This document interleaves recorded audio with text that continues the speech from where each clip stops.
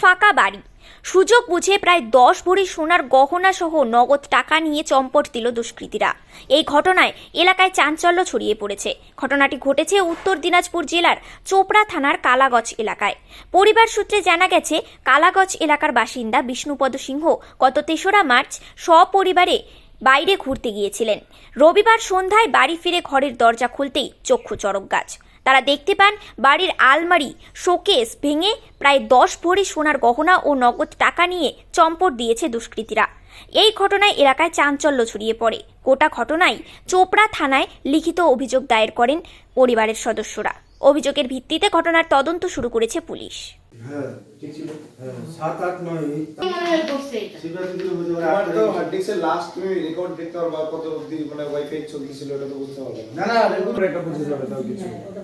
এখন এই ছোট্ট একটা ক্লুই অনেক বড় জিনিস।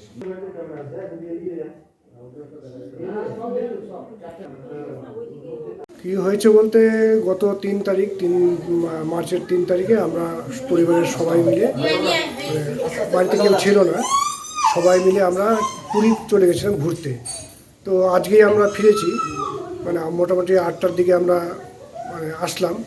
গাড়ি থেকে নামতেই ছেলের কাছে চাবি ছিল, ছেলে গেট খুলে দেখে যে সবগুলো ঘরের দরজা খোলা। তো তখনই বুঝে যায় যে দরজা যেহেতু বন্ধ ছিল, দরজা খোলা আছে, তার মানে কিছু একটা হয়েছে। ও এসে ঘরে দেখে যে সব কিছু চুরি হয়ে গেছে। ও ঘর থেকে চিল্লানো শুরু করছে, বাবা মা আমাদের সব চুরি হয়ে গেছে, কিচ্ছু নাই। তো তারপরে আমরা তো সব ব্যাগ ট্যাগ সব ফেলে টেলে দিয়ে বাইরেই রেখে দিয়ে আমরা ঘরে এসে দেখলাম এই ব্যাপার। সব ঘরের 4টা রুমের 4টা আলমারি সব ভাঙা। আনুমানিক কত টাকার ক্ষয়ক্ষতি হয়েছে আপনার, খোয়া গেছে?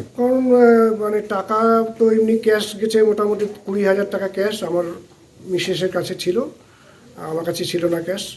আর মোটামুটি 8 থেকে 10 ভরি সোনা। আর অন্য কিছু নিচে কিনা সেটা তো আমরা এখনো দেখিনি। কোন জায়গায় হয়েছে ঘটনাটা? এই তো কালাগঞ্জে, এই বাড়ি তো এটাই আমাদের, এই বাড়িতেই হয়েছে। কালাগঞ্জ মাছবাজার থেকে পূর্ব দিকে যে রাস্তাটা আসলো।